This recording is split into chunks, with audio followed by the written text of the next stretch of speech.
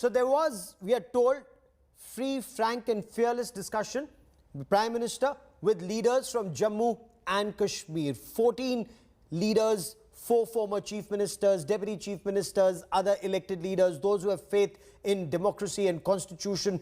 That was the interaction. But what actually transpired inside, and what's the game plan and the roadmap ahead? Joining me on India First is Dr. Jitendra Singh, Minister of State in the Prime Minister's office and Member of Parliament from Udhampur in Jammu and Kashmir. Dr. Singh was in that room when that meeting took place for about 3.5 hours. Was this meeting, Dr. Jitendra Singh, an icebreaker?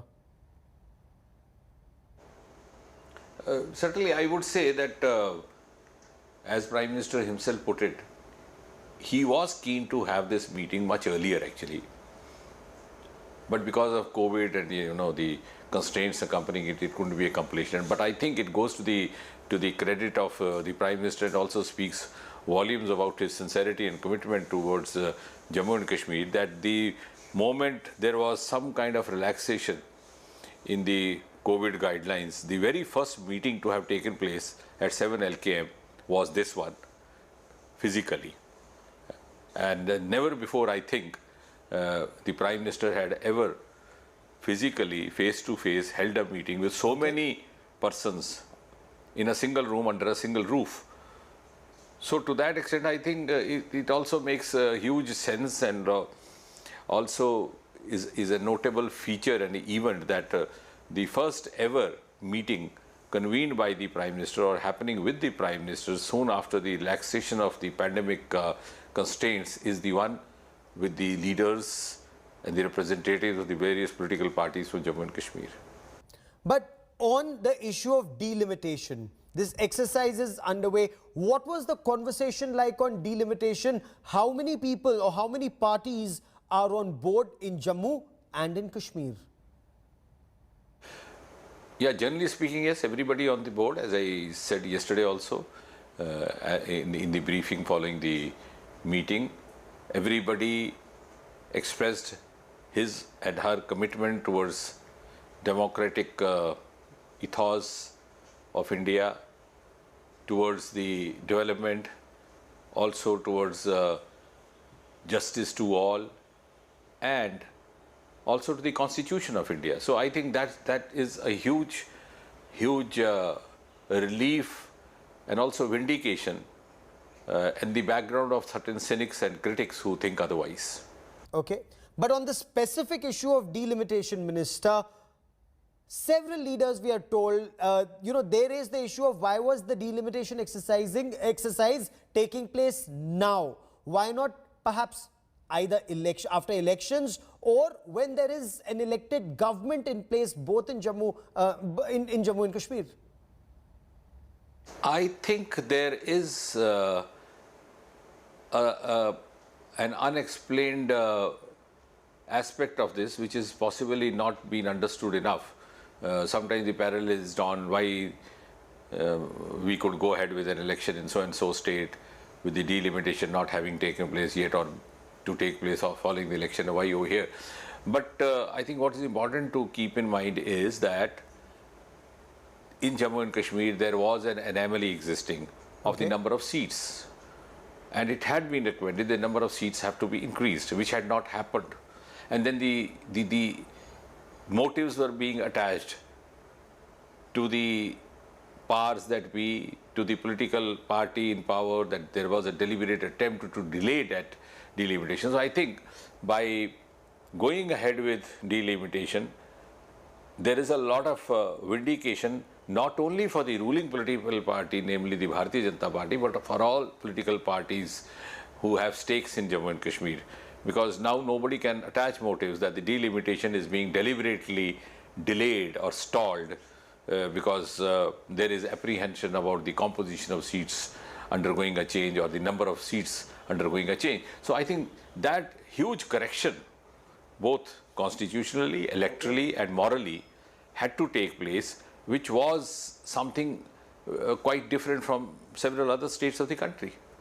Minister, it's interesting you speak about that huge correction. What does this correction mean? And if I may come down to nuts and bolts, As of now, Kashmir has more seats than Jammu.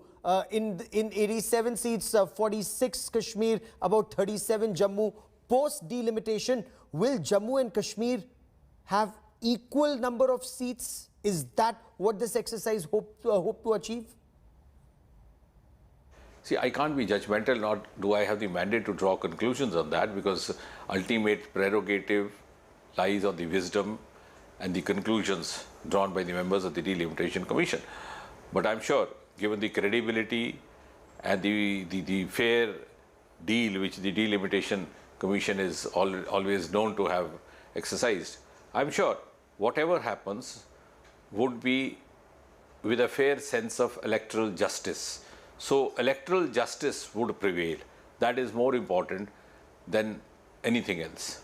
Okay, but in this meeting, several leaders we spoke to, they seem to indicate that everyone wants statehood back in Jammu and Kashmir. So, Dr. Jitendra Singh, if the Prime Minister is committed to statehood, if the Home Minister on the floor of the House has said that appropriate time statehood would be granted, if the situation is peaceful now, J&K leaders point out, why not give statehood first, then have elections, and then have delimitation? No, I don't think that point makes much sense, and if at all, it is possibly motivated by the conditioning of the past, when possibly the earlier governments, the Congress-led governments over the last 50, 60 years were known to interfere in the working of independent bodies and do some kind of subtle arm twisting. But a government led by Prime Minister Modi has tried to change that culture, and let's not forget therefore that Delimitation Commission is an independent body known to act with its own freedom and discretion.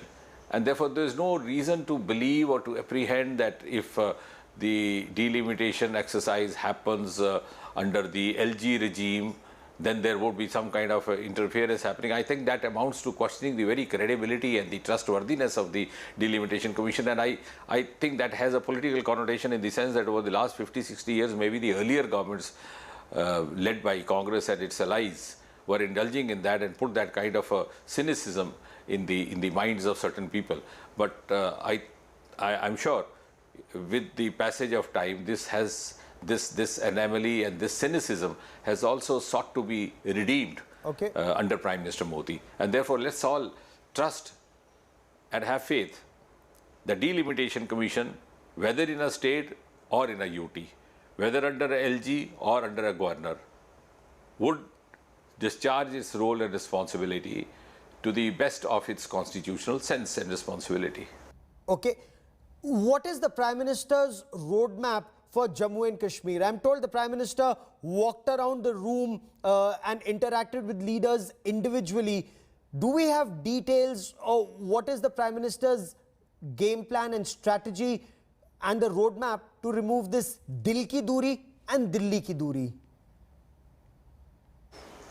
Yeah, you rightly asked, I think primarily twofold.